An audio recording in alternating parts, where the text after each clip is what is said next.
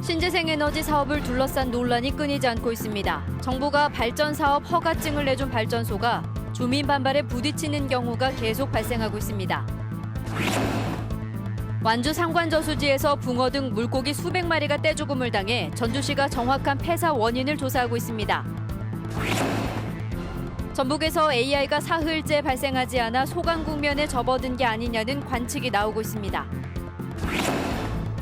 시도 교육감들이 일요일 학원 휴무제 법제화를 추진하기로 했지만 대상에서 중고등학생이 빠져 실효성 논란이 일고 있습니다. 여러분 안녕하십니까? JTV 8시 뉴스입니다. 신재생 에너지를 둘러싼 갈등이 끊이질 않고 있습니다. 정부의 발전 사업 허가를 받은 사업이 주민 반발에 부딪히는 경우가 많습니다. 소규모 발전소를 신설할 때 주민들의 사전 동의를 생략하기 때문입니다. 김철 기자의 보도입니다. 남원시 광치동의 신재생에너지 발전소 예정 부지입니다. 나무로 된 우드칩을 태워 수증기를 낸 뒤 이를 터빈으로 돌려 생산한 전기를 한국전력에 파는 방식입니다. 그러나 주민들은 신재생으로 포장한 화력발전소로 볼 수밖에 없다며 사업 추진을 강하게 반대하고 있습니다. 이거 분지나 이런 거에서부터 여러 가지 공해죠. 지금 빨리 넣을 수 없을 정도로 밖에서. 해당 업체는 지난 2014년에 산업자원부로부터 발전사업 허가증을 받고 새만금 환경청에 소규모 환경영향평가까지 통과했습니다. 남원시는 적법한 절차를 거쳤다고 보고 2015년에 건축 허가를 내줬습니다. 이것을 법적인 상황이기 때문에 특별한 입법이 없는 한 이것을 허가를 저희가 안 내줄 수 있는 그런 상황은 아니었습니다. 하지만 주민 반발을 피하진 못했습니다. 신재생 에너지를 비롯한 발전소의 맹점 때문입니다. 환경영향평가법 시행령 제31조는 10,000kW 이상의 발전소만 환경영향평가를 의무화하고 반드시 주민 의견을 수렴하도록 했습니다. 하지만 이번 남원 발전소의 경우 발전시설 용량이 10,000kW 미만이어서 사전에 주민 의견을 묻지 않았고 이후 발전업체와 주민 갈등만 커졌습니다. 이에 따라 전라북도는 소규모 발전소라도 사전에 주민 의견 수렴을 의무화해달라고 지난 2015년 정부에 개선을 요구했습니다. 그러나 산업자원부는 주민 동의 신설이 기업 활동을 위축한다며 이를 반대하고 있습니다. 발전사업 허가증을 내주는 산업자원부가 주민 민원에 큰 관심을 기울이지 않아 소규모 발전소를 신설할 때마다 갈등이 반복되고 있습니다. JTB 뉴스 김철우입니다. 하루 대여섯 건씩 터져나왔던 AI가 사흘째 잠잠합니다. 소강 국면에 접어든 게 아니냐는 관측이 나오고 있는 가운데 이번 주가 AI 확산 여부를 가르는 분수령이 될 것으로 보입니다. 하원호 기자가 보도합니다.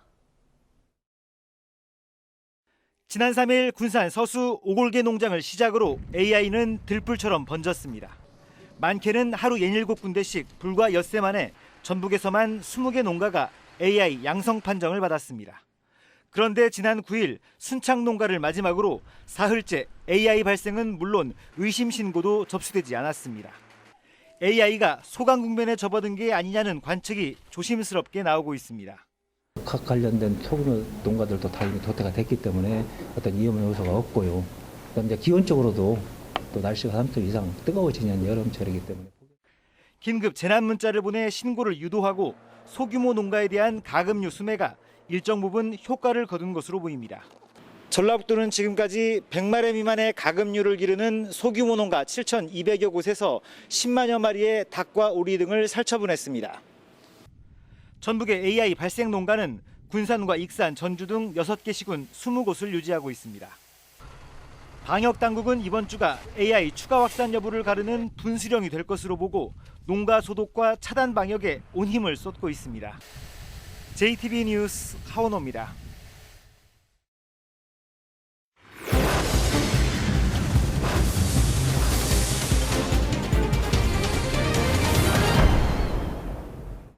완주의 한 저수지에서 물고기 수백 마리가 떼죽음을 당했습니다. 극심한 가뭄이 이어지는 가운데 얼마 전 갑자기 내린 비가 가장 큰 원인으로 보입니다. 주혜인 기자가 취재했습니다. 얼음 팔뚝만한 붕어들이 수면 위에 떠 있습니다. 이미 죽어 배를 드러낸 채 물가로 밀려온 물고기도 수십 마리나 됩니다. 이곳 저수지에는 죽은 물고기들이 곳곳에 널려 있는데요. 썩은 탓에 악취가 진동하고 있습니다. 완주 상관저수지에서 죽은 물고기들이 발견된 건 지난 8일. 어제 일요일에 와서 이제 한번 돌아봤더니 이 가해가 전부 고기가 죽은 것이 한두 마리 수백 마리요. 지금 말도 못하게 많아요, 죽은 놈이. 전주시는 극심한 가뭄으로 저수율이 크게 줄어든 상황에서 지난주 갑자기 내린 비가 떼죽음을 부른 것으로 추정하고 있습니다. 비가 내리면서 저수지 주변에 쌓여있던 오염물이 같이 쓸려와 물속 환경이 급격하게 악화됐다는 설명입니다. 갑자기 이게 쓸고 내려오면요, 오염물만 쓸고 내려오는 게 아니라 그 오염물에 들어있는 물 있죠. 그 물이 용존산소가 사라져버려요. 예를 들어서 그 센수한 물에는 용존산소가 10인데 쓸고 내려올 때는 용존산소가 0인 거예요. 하지만 주변에 오염물질이 많은 도시마천과 달리 상관저수지는 숲으로 둘러싸여 있어 전주시의 설명은 쉽게 납득하기 어렵습니다. 전주시는 죽은 물고기들을 수거하고 저수지 물의 성분을 분석해 물고기 떼죽음의 원인을 가려낼 계획입니다. JTB 뉴스 주혜인입니다. 값비싼 수입 중고차를 반값에 구해주겠다는 제안, 솔깃할 수밖에 없는데요. 돈을 건넸지만 구해주겠다던 차량은 끝내 받지 못했습니다. 나금동 기자의 보도입니다. 전주의 한 중고차 판매장입니다. 이곳을 운영하는 이모 씨는 지난해 7월 평소 알고 지내던 허모 씨에게 4천만 원짜리 중고차를 2천만 원에 구입해줬습니다. 무등록 딜러였던 이 씨는 고가의 수입 중고차를 싼 값에 사게 해준다며 허 씨를 통해 사람들을 끌어모았습니다. 이 씨의 말이 거짓이란 걸 알면서도 허 씨는 자신의 친척과 직장 동료, 친구 등 14명을 이 씨에게 소개시켜주고 소개료 명목으로 수백만 원씩 돈을 챙겼습니다. 수천만 원씩 돈을 건넸지만 구입해주겠다던 수입 중고차는 구경조차 못했습니다. 싸게 해준다고 해서 오늘 건넸더니 기다렸죠. 그 약속이 계속 딜레이가 되는 거예요. 8천 얼마가 갈 거예요. 6천에 보이신다고. 피해자 가운데 4명은 중고차 대출에 명의까지 도용당해 모두 3억여 원의 대출금까지 떠안게 됐습니다. 불과 약 8개월 만에 11억 원을 챙긴 이 씨는 생활비와 유흥비로 이 돈을 모두 탕진했습니다. 경찰은 비정상적으로 싼 가격에 중고차를 매입할 수 있다는 제안을 그대로 믿는 것은 위험하다고 강조합니다. 대포 차량이나 기타 범죄와 관련된 차량일 수가 있으니까 각별한 주의가 필요하고 차량을 이전할 거나 매입을 할 때는 반드시 자동차 등록원부 등을 꼼꼼히 확인하시고. 경찰은 사기 혐의로 이 씨를 구속하고 이 씨에게 지인들을 소개한 허 씨도 같은 혐의로 불구속 입건했습니다. JTB 뉴스 나금동입니다. 시도교육감들이 일요일 학원 휴무제 법제화를 추진하기로 했습니다. 하지만 정작 사교육 의존도가 높은 중고등학생은 휴무제 대상에서 빠져 실효성 논란이 일고 있습니다. 조창현 기자가 보도합니다. 전국의 시도교육감들이 일요일 학원 휴무제를 추진하기로 합의했습니다. 일단 유치원과 초등학생이 대상입니다. 교육부에 법제화를 건의한 뒤 안 되면 조례를 제정해 강제화하기로 했습니다. 이 제도가 시행되면 도내 4천여 개 학원과 교습소 등이 일요일에 문을 닫아야 합니다. 학생들의 학습 노동 시간이 세계적으로 가장 높습니다. 그런 부분을 해결하기 위해서 1차적으로 적어도 일주일에 한 번 정도는 아이들에게 휴식을 보장한다는 차원에서 이 부분을 법제화를 건의했습니다. 이번 합의에서 시민단체가 요구했던 중고등학생은 포함되지 않았습니다. 학원 등 이해 당사자들의 거센 항의를 고려해 점진적 추진으로 가닥을 잡은 것입니다. 하지만 사교육 의존도가 높은 중고등학생이 빠지면서 실효성 논란이 일고 있습니다. 서울시 교육청 조사 결과 초중고 학생의 20%가 일요일에도 교과 학원을 다니는 것으로 나타났습니다. 학원업계는 강제 휴무제는 오히려 학생들의 학습권 침해이며 또 다른 부작용을 우려합니다.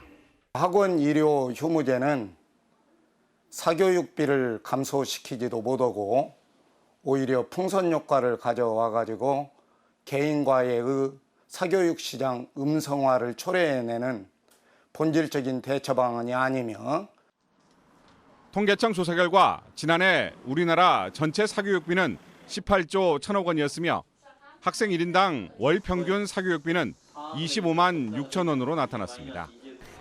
또 우리나라 학생들의 삶의 만족도는 OECD 국가 중 최하위권을 기록했습니다.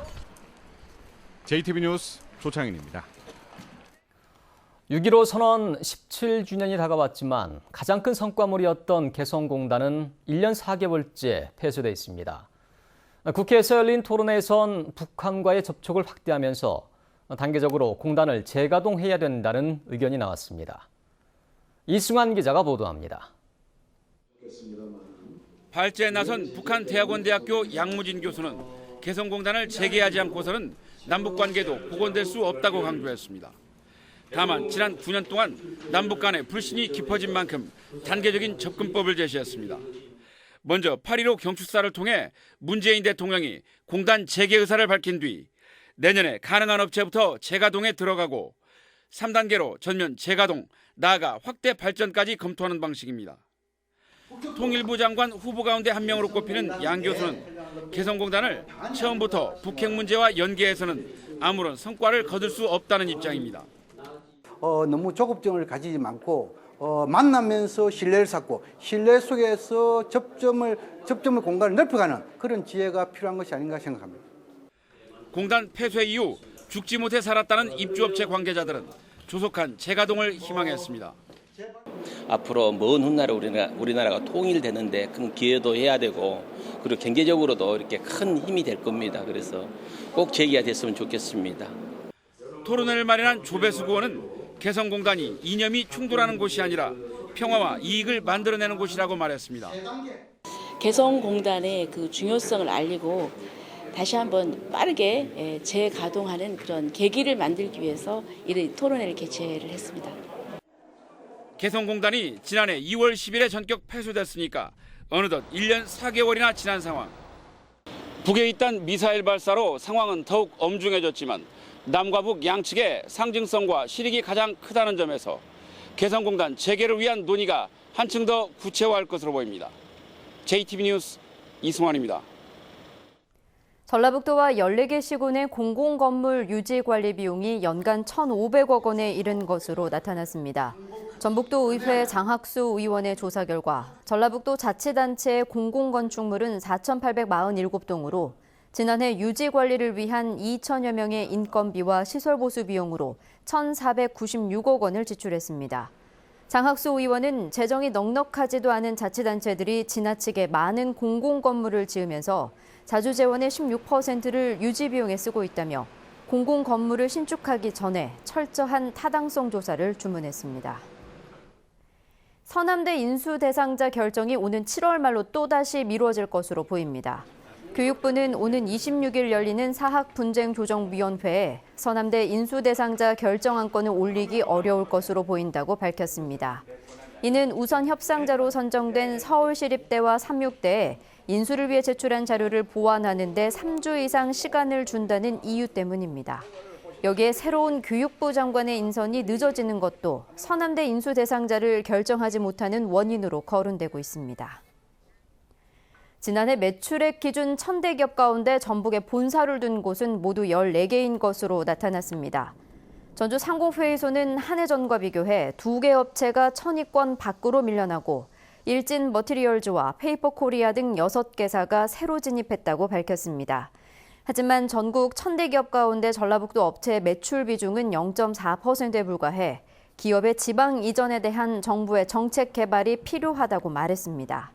1,000대 기업의 권역별 분포는 수도권이 69.3%, 10개 가운데 7개가 집중됐으며 영남권 17.9%, 충청권 7.6%, 호남권 4.4% 순이었습니다.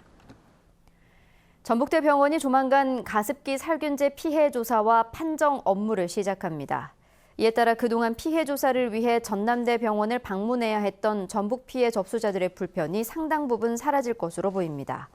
지금까지 전북에서는 166명이 가습기 살균제 피해를 접수했으며 이 가운데 24명에 대한 조사가 완료됐습니다. 연예인 자선 골프 대회가 연예인과 골프 동호인 등 150여 명이 참여한 가운데 군산 CC에서 열렸습니다. 이번 연예인 자선 골프 대회에는 야구 선수인 박찬호와 영화 배우 정준호 씨 등 연예인 40명과 일반인들이 한 조가 돼 치러졌으며 경기를 통해 모아진 기부금 5천만 원은 형편이 어려운 청소년들에게 장학금으로 전달될 예정입니다. 전북은 오늘 전주 27도 등 25도에서 28도의 기온 분포를 보였습니다. 내일은 구름이 많은 가운데 일부 지역에는 오후 한때 돌풍과 천둥 번개를 동반한 비가 내리겠습니다. 예상 강우량은 5에서 10mm입니다. 아침 최저 기온은 12도에서 16도, 낮 최고 기온은 24도에서 26도로 오늘보다 2, 3도가량 낮겠습니다.